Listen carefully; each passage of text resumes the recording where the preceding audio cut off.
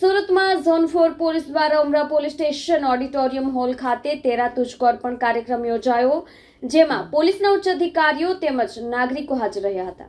સુરત ઉમરા police સ્ટેશનના auditorium hall ખાતે 13 તુજકો અર્પણ કાર્યક્રમનું આયોજન કરવામાં આવ્યું હતું, જેમાં sector 2 police commissioner DCP Gurjar સહિત પોલીસના ઉચ્ચ અધિકારીઓ હાજર રહ્યા હતા।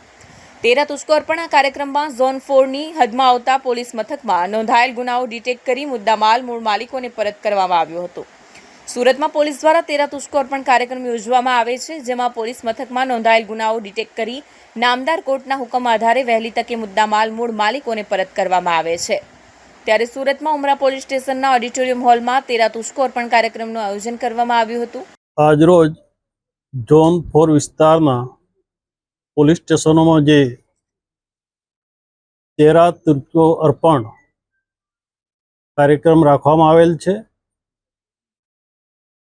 ઝોન વિસ્તારમાં એસીપી, તમામ થાણા ઇન્ચાર્જોએ, કોર્ટમાં પોલીસ કર્મચારીઓએ જહેમત ઉઠાવી અને જે ચોરી કે ચીલ ઝડપ મોબાઈલ થયેલા એ તમામ મોબાઈલ પરત કોર્ટમાંથી મેળવીને આજે ઝોન 4ના વિજય ગુજ્જર અને ડીસીપી છે એરિયાના એમના મહેનતથી અને તમામ સ્ટાફના મહેનતથી 1,37 લાખની આસપાસનો મુદ્દામાલ, એમાં કેએસપી હતી, મોબાઈલ પણ હતા, તમામ જેની ચોરી થયેલી કે જે કંઈ વસ્તુઓ ગુમાયેલી અને સમયસર એનો ઉપયોગ થાય એ રીતે આજે તમામ ફરિયાદીઓને બોલાવી અને એ પ્રોગ્રામ કરવામાં આવ્યો છે। સુરત શહેરમાં જ આની શરૂઆત થઈ હતી।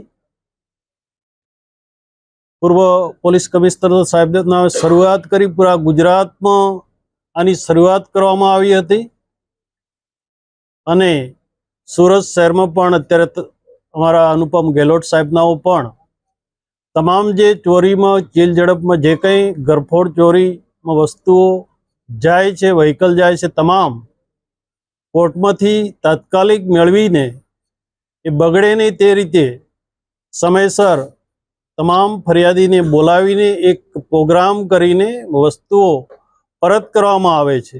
એમાં તમામ અમારા ઝોનના અધિકારીઓ, એસીપી, પોલીસ તમામ જહેમત ઉઠાવે છે અને આ જહેમત ઉઠાવ્યા પછી આજરોજ 1,37 લાખની આસપાસનો મુદ્દામાલ તમામને પરત કરવામાં આવ્યો છે।